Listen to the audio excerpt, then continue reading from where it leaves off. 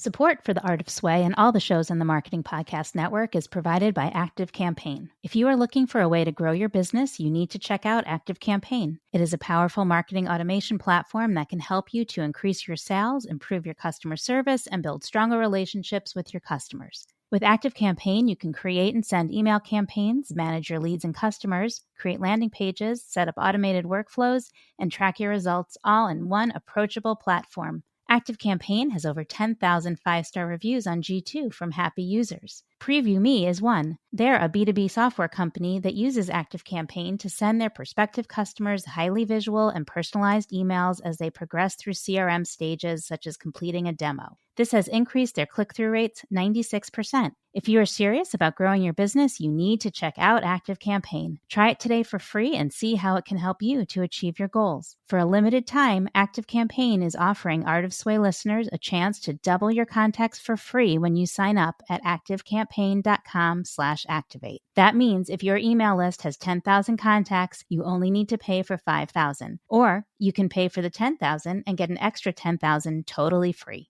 Personalize your customer experience, but do it with automation, just like 185,000 businesses have at ActiveCampaign. Go to activecampaign.com/activate to sign up today. That's activecampaign.com/activate. Terms and conditions apply. Welcome to The Art of Sway, the podcast that uncovers the power of influence and its impact on all areas of our lives. I'm your host, Danielle Wiley. Each week, we'll explore the many facets of influence through candid conversations with industry insiders, from brand marketers to social workers, educators, leaders, and more. Let's dive in. Jen Joyce is the head of marketing for Making, the very first social marketplace app made for makers, crafters, and artists by makers, crafters, and artists. She is also the host of Making's podcast, Making Conversation, which is a celebration of making of all kinds. Before all of that, Jen worked at Wong Doody as their senior social strategist, led social marketing at a fintech company, and was the 31st employee at Uber, and the brains behind the Uber Kittens campaign. That campaign led to hundreds of cat adoptions, thousands of dollars donated to local shelters, and millions of impressions on social media. She was featured in Forbes and has been asked to speak at over 20 conferences and events. Jen lives in Seattle with her partner, her dogs, and her 21-year-old cat. If she's not traveling, she can often be found knitting or working on one of her many favorite crafts and watching bad TV, enjoying the lovely Pacific Northwest, but also traveling as much as possible, spending time with her little family, and lifting heavy weights for that extra serotonin boost. You know those times you meet someone at a party or at some kind of work meeting and you just instantly get that they are your kind of people? That's how I felt when I met Jen Joyce about 4 years ago when presenting to her agency in Seattle. She is smart, she is funny, she is a dog lover and an amazing knitter, and I am thrilled that we are still in touch years later. Jen has moved on from her agency job to the job of her dreams, and it was so great to catch up with her and hear all about it. Enjoy. Okay, we're on. Hi, I'm so glad you agreed to come on. I'm very excited to catch up with you. It's been a while. I know. I am. Thank you for having me. This is great. Yeah.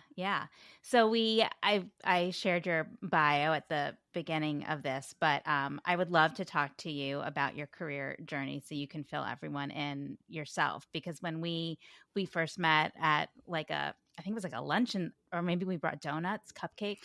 I don't know.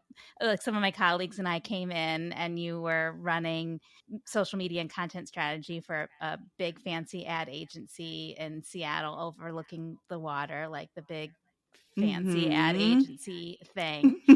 And now you're head of marketing for Making, which is a social marketplace app for makers, crafters, and artists, which, having followed you on Instagram for a number of years, I can tell that that's your dream job. But I would love for you to share how you kind of just more about that passion and how you got from here to there. And because it's kind of like a dream career trajectory from the outside looking in. Yeah. Well, I think that it kind of is a good spot to kind of go all the way back, and I won't take too long with this part, but I was somebody who, when I first started going to college, I thought I wanted to be a high school theater teacher, and then very quickly realized that I am not the person to do two different degrees at the same time, because that's what you had to do to become a high school theater teacher. And so I did not know what I wanted to do with my life at that point. And of course, this was quite a while ago at this point, but I then like picked up and moved to Seattle and started working for a hotel in downtown Seattle. And we're gonna go all the way back to 2009. Oh boy. We need like a sound effect, like Yes, the I know. Wayback Machine. Yeah. So, as I said, I was working for a local hotel in Seattle. It's called Hotel Max. And at that time, I was the entertainment sales manager. So I'd kind of like worked my way up to that position. And one day, the president of Provenance Hotels came to me and said, "You're the creative one. So we want you to try doing this social media thing for the hotel." And at that point, I was like, MySpace forever. I'm never going to get on Facebook because that's what my mom does. And there was no Instagram. That wasn't even a thing at the time. And Twitter was still very like community focused versus what I kind of feel like it's where it's gone, which that could be a whole nother podcast. Yes, we won't dive into that at this point. But so I kind of just like jumped in and started doing it. And within 6 months, I was running all of the hotel's social media and throwing events and everything like that. And then from there, I got an email one day from a woman named Michelle Broderick, and she had said, or she had been to some of the events that I had thrown and like followed the hotels on social media. And she was like, "Hey, there's this startup that I just started working for. We're launching in Seattle and I want you to be the community manager." I don't know if you've heard of it, but it's called Uber. And I was like, I had taken an Uber like in San Francisco the year before. And it was like this magical thing where you open up your phone and you push a button and this like fancy black car rolls up, and then you just get out. Do you at the remember end. that? It was like mind blowing. Yeah. Like now it's like, oh God, I got to call an Uber. Yeah. But it was mind blowing. Yeah. And so I joined Uber very, very early. So I was employee 31 and launched the third city, Seattle, and went from community manager to marketing manager to a bunch of different things. We always wore a lot of hats, but we had to get really creative with everything. And so I think that that's really where I got a big chunk of my like learning. Everything I've done is like learn as I go and be open to kind of like what the universe is going to give me. Because I mean, even with making, which I'll get there in a second, but like I was asked, "Hey, can you take over this podcast?" I had never I was not a podcaster. Like I've been on podcasts, but I had never done it myself. So like jumping in and just going and running with it. And I think that that's something that a lot of people, especially in marketing, if you can do that, you thrive really well in like baby startups, So anyways, I did community management for a long time. And then I had so much fun with Uber Kittens. That was like my baby. I don't know if you remember Uber Kittens. I'm sure some people are like, that was so long ago. Why do you still talk about it? Well, just because it was like so much fun that I got to have this idea that was like kind of wacky and wild and turn it into a marketing campaign. And I know about it. Yeah. I know that you did it. So my memories were fresh, but yeah. So basically what Uber Kittens was on National Cat Day. You would be able to open up the Uber app and there would be a kittens option. And we partnered with local shelters in each city. The fee was $30 and all of that went back to the shelter. And essentially a car with 3 kittens would show up to your office that you requested to, and you would get like a 15-minute playtime. And there would always be a shelter representative along with an Uber representative. So the kittens, like that, they were our top priority. We always had a couple of people each year being like, "What about the kittens?" And it's like, well, if they need to rest, then we don't bring them into the office or we take the car offline or whatever. But it ended up being this big thing. I mean, I think the biggest highlight from that was seeing Grace Coddington from Vogue holding an Uber kitten. And like, it was like a Vogue article. And I was like, oh my gosh, that came from my brain. And now Grace Coddington is like holding this kitten because of something. It was just like, life made moment, you know? I feel like we've gotten away from like that's like the dream, right? Like you have this idea and it goes viral, but like Mm-hmm. in the ideal, like not only does it go viral on social, but you also get earned media out like traditional earned Mm-hmm. media out of it, which is what you got. Mm-hmm. And I feel like we've kind of gotten away from even having that as a dream. Yeah. Well, I think that there's a level of like, oh, how do I say this? Like, okay, I think a really good example is if you think about a platform like Twitter and like how back in 2009, 10, 11, and a few years after that, it was very like I've met friends from Twitter that are still friends today. I was able to like throw meetups through the Twitter community that we had around the hotel and even Uber Seattle. Like that was a way Mm-hmm. of that was how I like connected with the community was through Twitter. And now that feels so different because it's gone a different trajectory. And I think that there is the same thing with certain marketing. Like news now feels so I don't know if bleak's the right word because that feels really sad, but it kind of is, right? Like Yet accurate. there's not a lot of like feel good stuff that you see in the news or that you hear in the news if you're like listening. And so Yeah. it almost feels like the clickbait has taken over, right? Yeah. And so people who are doing marketing campaigns maybe aren't thinking about that as much as they used to. They're thinking more about the social media aspect of their community sharing because there's a bigger chance of that happening than a news organization coming to pick something up, Right. which is a bummer, but you know, things Yeah.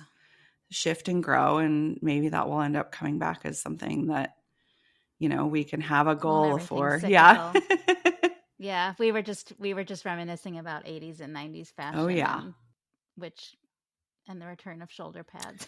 Just- Okay. so if that Well, can come yeah. I back, mean, I if that love a good shoulder pad in like a blazer and it makes me feel powerful and like I can walk into any boardroom and just be like, "Here's what's happening." right. Here's the deal. You're all going to listen to me because I have shoulder pads.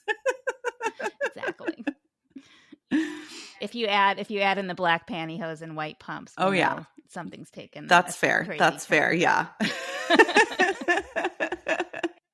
Okay, so you go to Mhm. Uber and you do Uber Mhm. Kittens.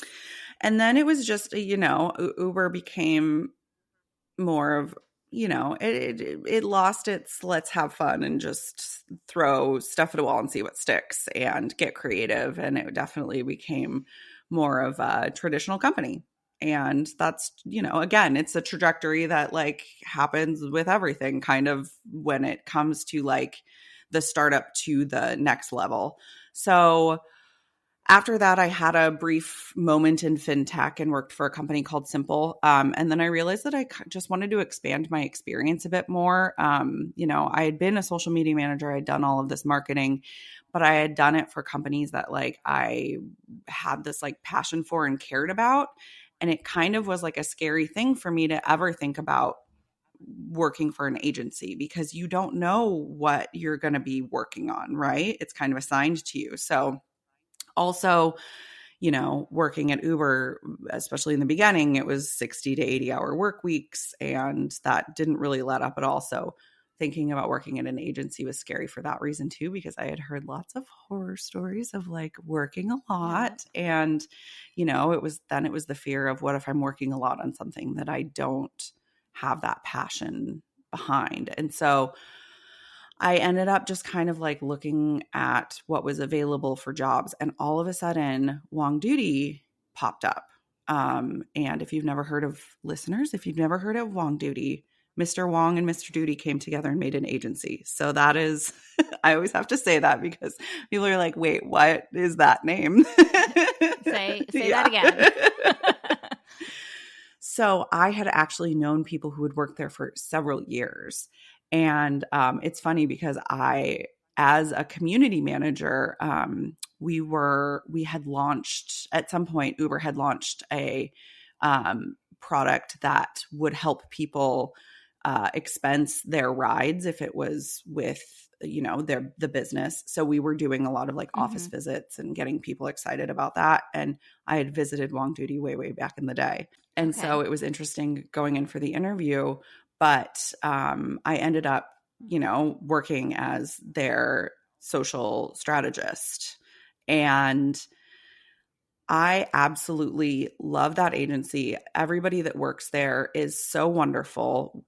The creativity that comes from how Tracy Wong runs that agency is beautiful because he'll bring everybody into a room for brainstorming. It's even the front desk person because everybody has good ideas, right? And Yeah. so something that I took away from that was that exact thing. Like when we first started making, there were more people that work there than do now, as startups go.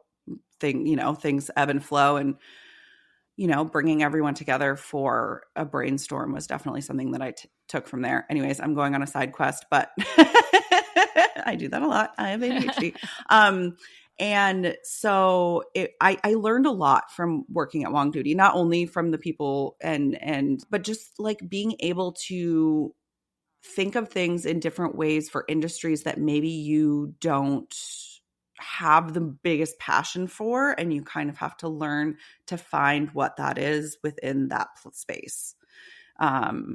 But yeah, so then during that time, I had started a little side thing, a little side agency with my partner that was social media consulting, just for a little bit of extra income. And we were thinking like, oh, maybe one day this will be our thing, that we can travel and yada, yada. But then one day I got an email from Ashley, who is Making CEO. And she was like, hey, do you want to do some consulting for us? We have this, basically, and we're creating an app for makers. And I was like, okay, this sounds really cool. So I ended up, And she knew you from your Instagram. So your Instagram account is Knit yeah, Pearl. yeah. My Instagram account is Knit Pearl. So you are a Yes, I'm maker a maker yourself. myself. I've been knitting for a very long time. I learned in my early 20s, and I actually knew her and David. So David is her husband and business partner from the Hotel Max days. So they used to come to events that I would Wow. throw, and we just kind of like kept in each other's like orbit and like following each other and all of that.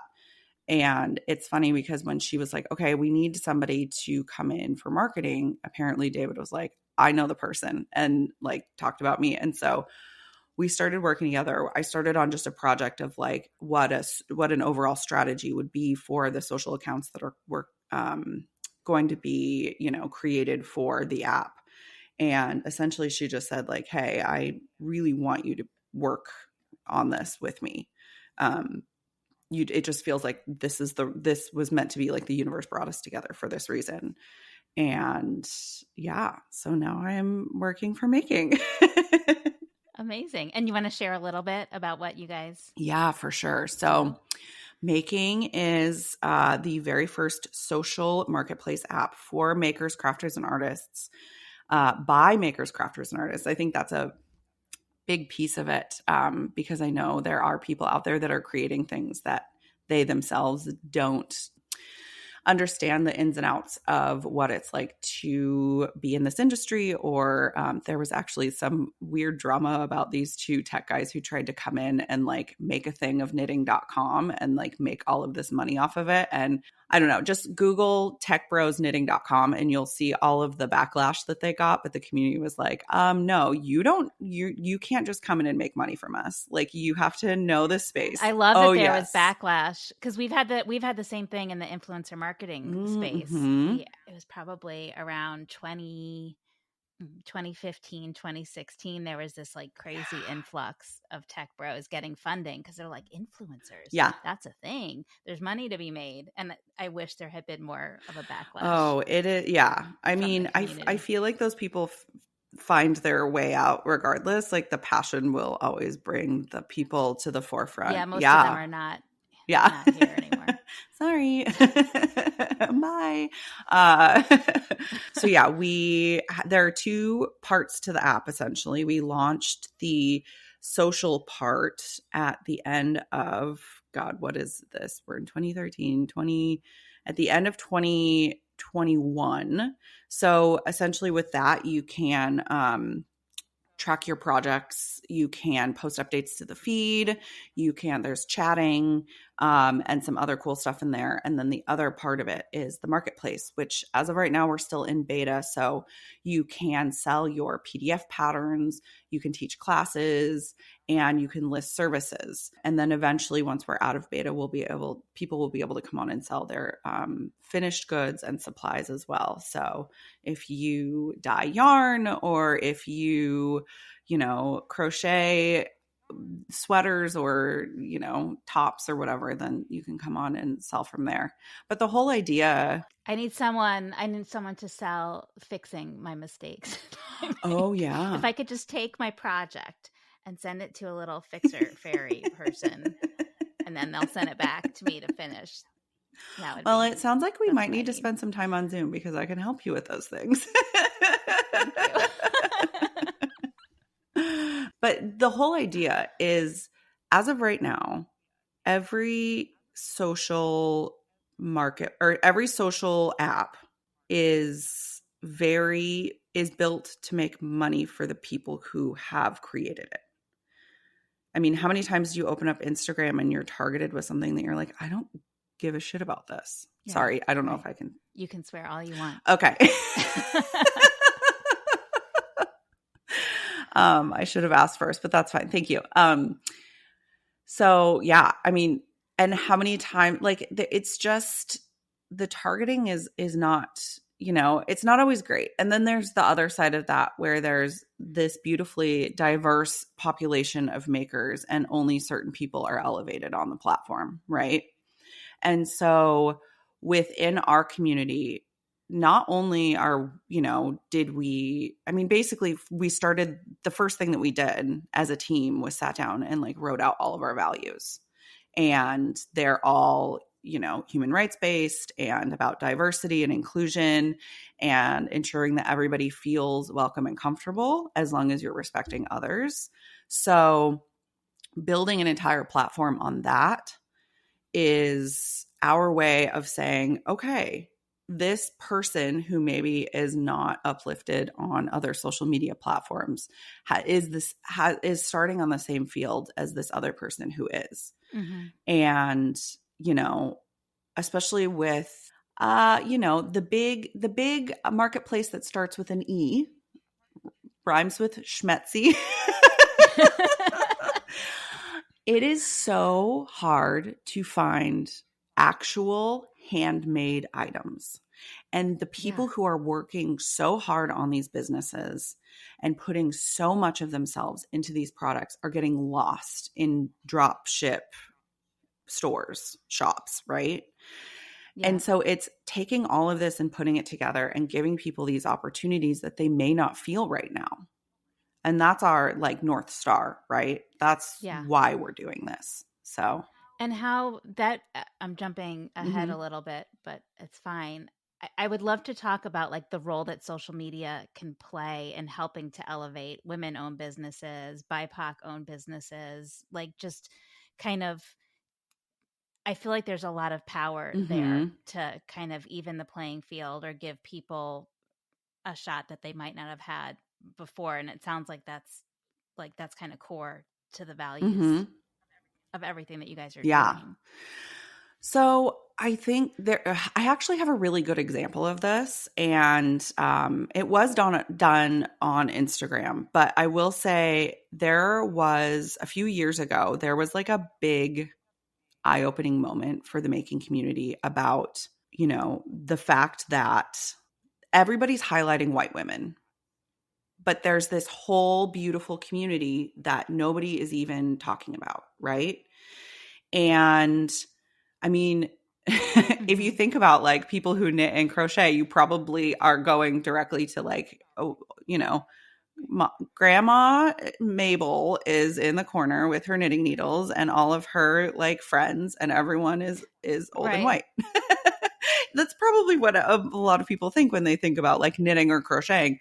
But there's this beautiful community of diversity that really just kind of, it was this awakening of like, hey, y'all, we're here. Like, we need to be included in the conversation.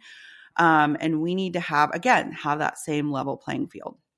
So I think that through lots of learning and, as a lot of us have had through our lives, but I think especially through 2020 as well, there was this emergence of more brands of diversity, which was fantastic. And I think one of the beautiful things was the communities that were created around this practice of diversity, and celebrating it. And one of the people who is very vocal and proud of, standing up for human rights and everything, her name is Adela, and she owns Lola Bean Yarn Co. She's constantly uplifting other people. She's always fundraising on Instagram for different organizations. She is always the voice for this, I wouldn't say the voiceless, because, if you have an organization, like, you're always trying to get out there, but she's definitely like the one who's lifting everybody up. And she's also at a point in her business that she wants to open a storefront, right? So basically what happened was there is a yarn shop called Magpie, and they ended up saying, hey, we're going to do this fundraiser for Adela because she does this for everybody else, but would never do it for herself. Never. Would, like, the last thing she would want to do would be ask money for herself, right? Right. And so they just started going, and they were like on lives. They were posting all the time. They asked other people to share it. I mean, I shared it on the podcast. I shared it on our Making social media, and Adela ended up reaching her goal within 5 days. Wow. Because of the community all coming behind this person who is amazing and not only makes an amazing product and beautiful yarn, but is so much about uplifting the community around her that everybody was like, okay, now it's your turn, and she met her goal in 4 days and they continued to raise for her because, opening a storefront, it's a lot. Oh, so she wanted a real, like, a brick and mortar. Yes. So she's been doing everything out of her house. Wow. Mm-hmm. So, I mean, for a very long time, her husband, Jimmy, is also very active on social media. I love them both. I actually got to finally meet them in person a couple of weekends ago, which was amazing. And we'll link to them and to all of this on the show notes page. Awesome. So great. Shout out all you. Yes. Yeah. So, she's just, I mean, she's been so involved in the community, but also just working her butt off to create this beautiful brand. And the fact that so many people in the community saw that it was now her turn and kept giving, gave and then passed it on. It was like, that's like one of my favorite, I don't know, it just happened. So it's like maybe fresh in my mind, but that's like my favorite make or feel good moment of like how, well, I think everything I'm kind of a knitting newbie. Mm-hmm. It's hard to say fast, but like it can be there's a whole, like, when you discover one of these communities and you discover this world that's been like it feels like this secret world that you're uncovering, and like until probably until COVID, like I didn't know that there were small makers like dyeing yarn. Like I didn't know that was a thing. Oh, yeah. And then like different types of needles and just all the everything. Like there's so much community there. And I think, I mean, COVID was awful, but one of the things that was great were the ways that communities came together online, and you could find your people and learn about others. And I feel like a lot of that is sticking with us even now that we can go back and go to like an actual knitting circle at a local store and be with people live, which is wonderful. But it's nice to still have that community 100% online.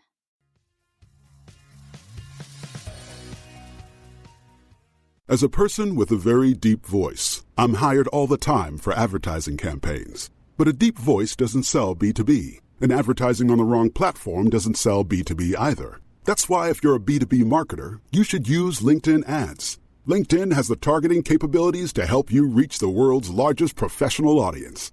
That's right. Over 70 million decision makers all in one place. All the big wigs, then medium wigs. Also small wigs who are on the path to becoming big wigs. Okay, that's enough about wigs. LinkedIn Ads allows you to focus on getting your B2B message to the right people. So, does that mean you should use ads on LinkedIn instead of hiring me, the man with the deepest voice in the world?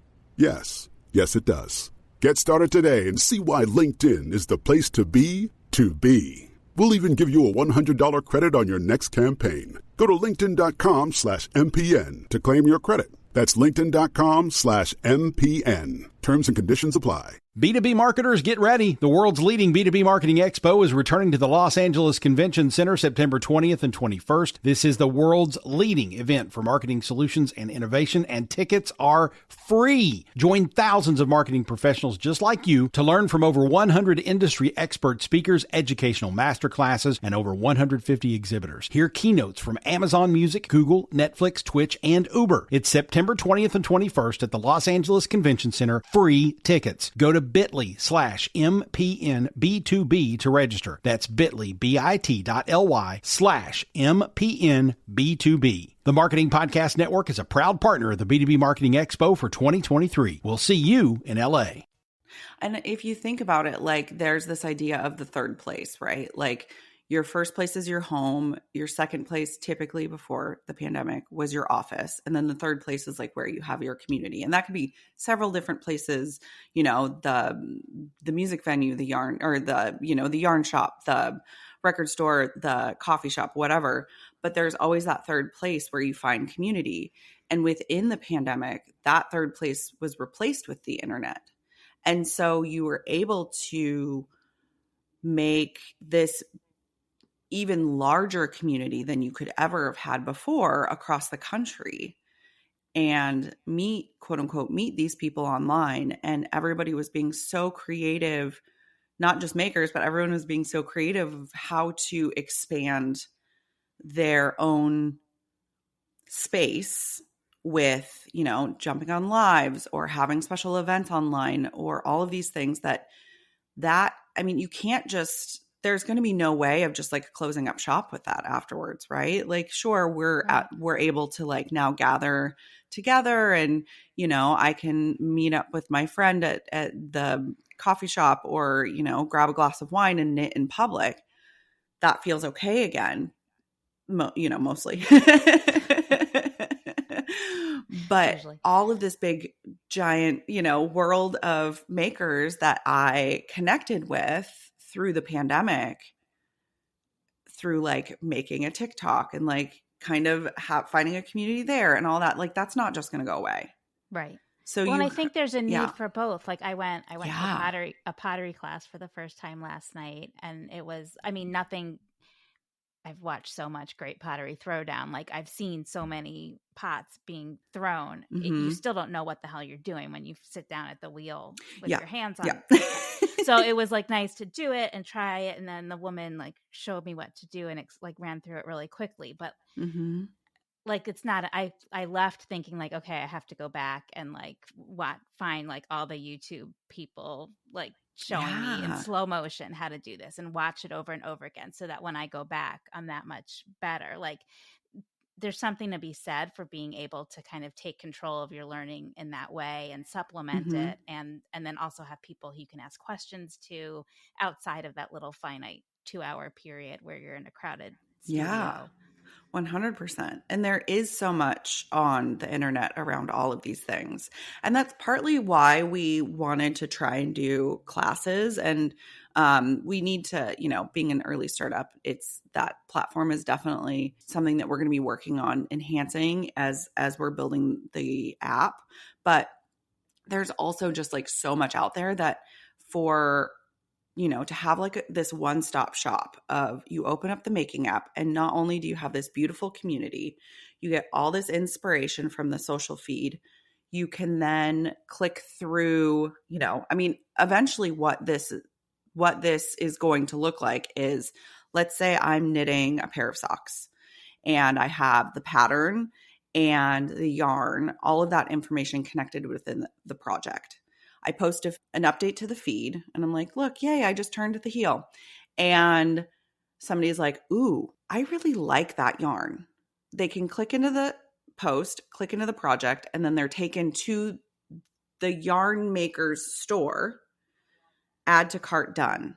I love So that. it's, again, this idea of community, like, I keep saying like rising tide kind of thing. We're all supporting each other Yeah. while building this sense of, hey, look at this, look at these socks that I'm making. And, maybe some people who don't knit like get inspired by, the progress I'm making, but then the person who does knit wants that yarn and goes and purchases it from this other, person who is working really hard on marketing, but then I've also helped a little bit, right? Right.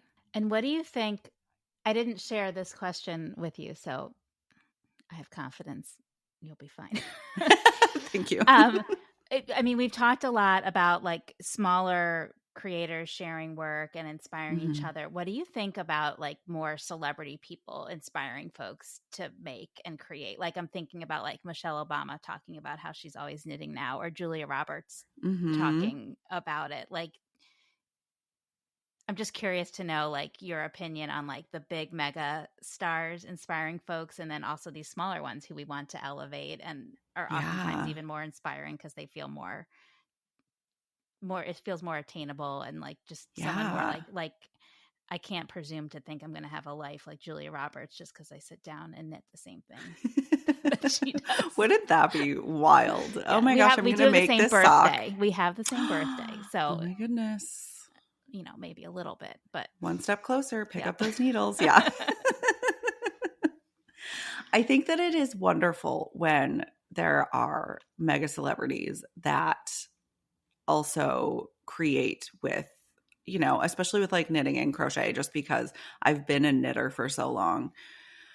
But I mean, I think that it is, I mean, if Michelle Obama were to join making today, of course, I would like literally die. And then I would come back to life. And then I would be like, Michelle Obama, please come on my podcast. It's called Yep. Making Conversation. And then, I would fangirl till to the end of the earth. However, I think that there's like a space for that, right? But it's not the main event, if you will. I think within the community, there's just this level of like, we're alike because we do this thing, right? Like you might have kids, I might have not, and you might be older and I might be younger, or I might be older than you and you just picked up crochet and you're like making all these amazing designs and I knit, but I know that feeling that you're getting. I don't know, it's this like sense of community where relying on a big celebrity to bring awareness isn't necessarily necessary. That came out weird, but you know what I mean? Yeah, Like no, I get it.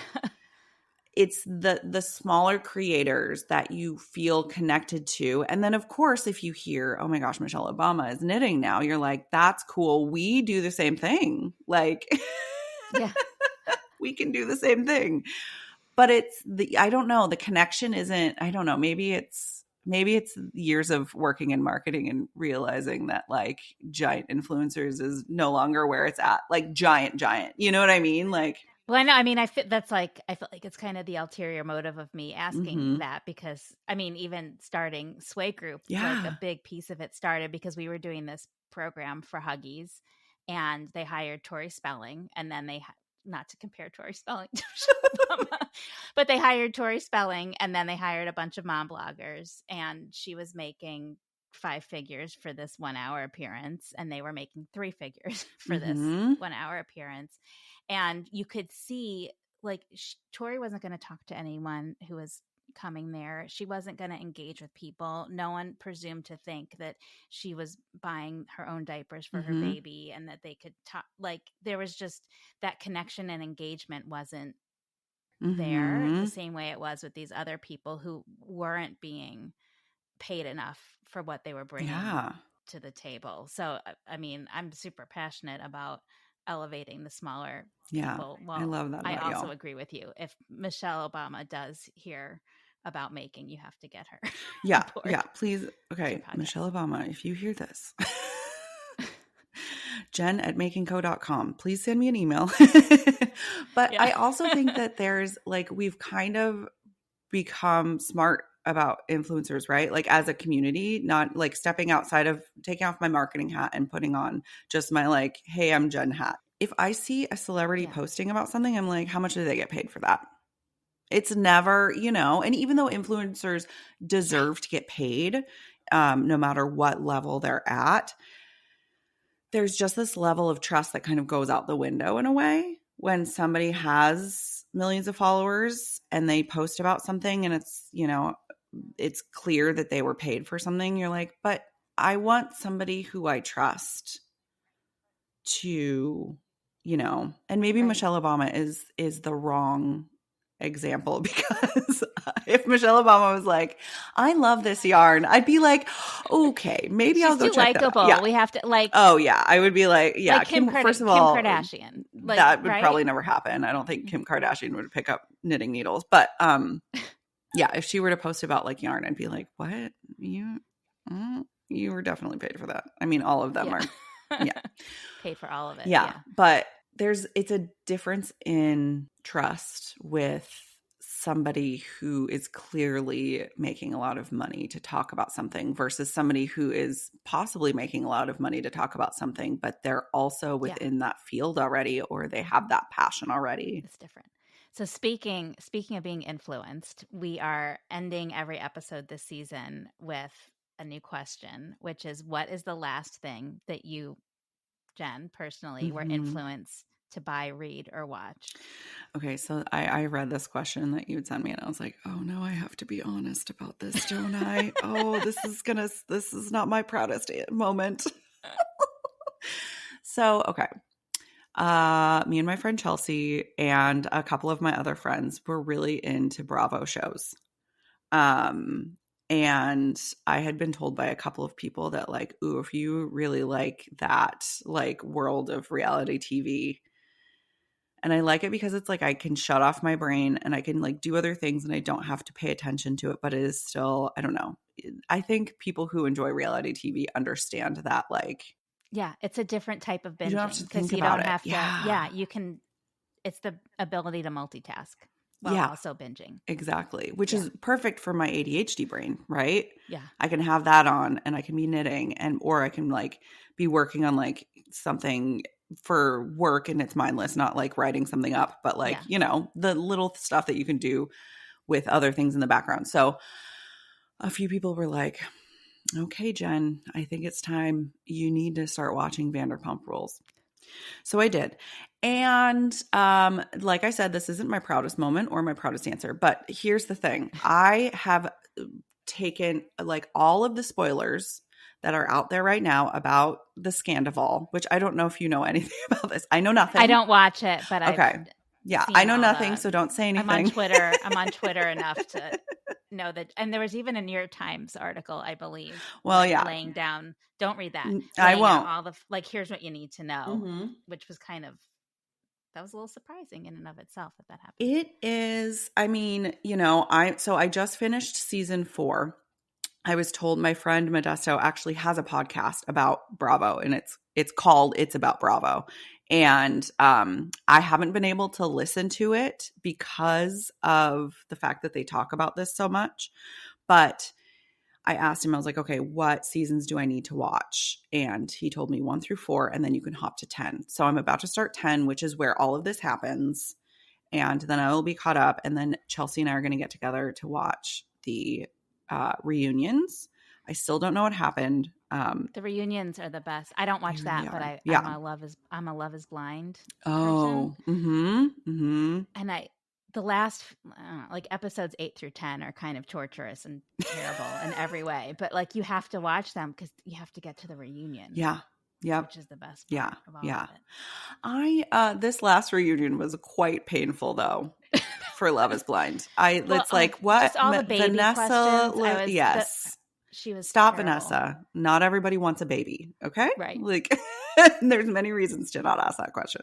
Anyways, Yeah. so just to like make up for my answer that was, I don't know, again, maybe not my proudest. I will say that there have been so many crafty artists that I've seen in the making app that maybe don't have a store yet because we haven't started selling finished goods, but I have never seen them on any other platform and they just catch my eye. So like I recently purchased an embroidery kit that I've been working on, and it's my very first embroidery, and I'm like working through it, and it's really beautiful.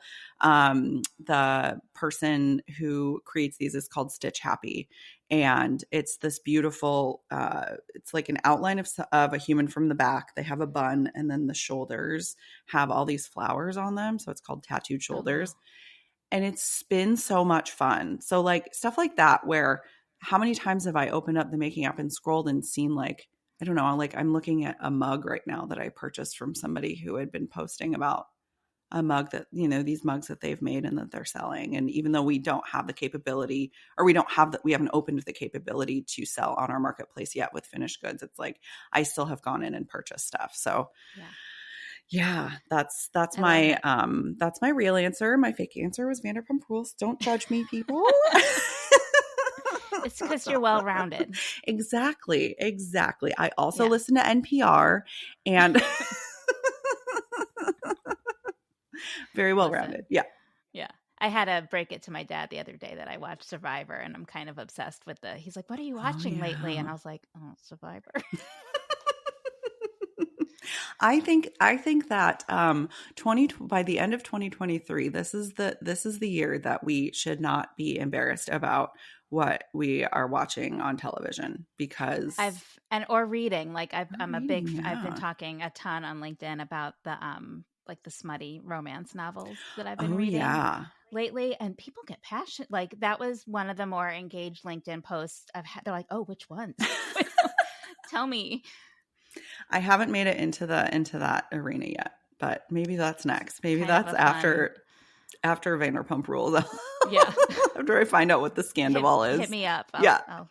Thank you. Yes, help please you. get rid of a list ready for me, and then I will in turn help you fix your knitting mistakes.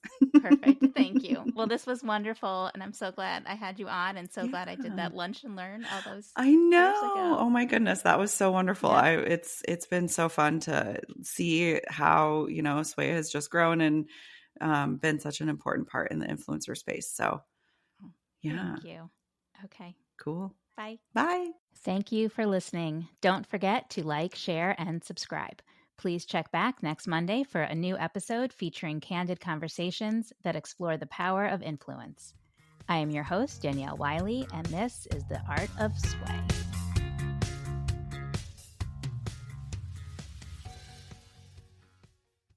This podcast is brought to you by Sway Group, a full-service influencer marketing agency.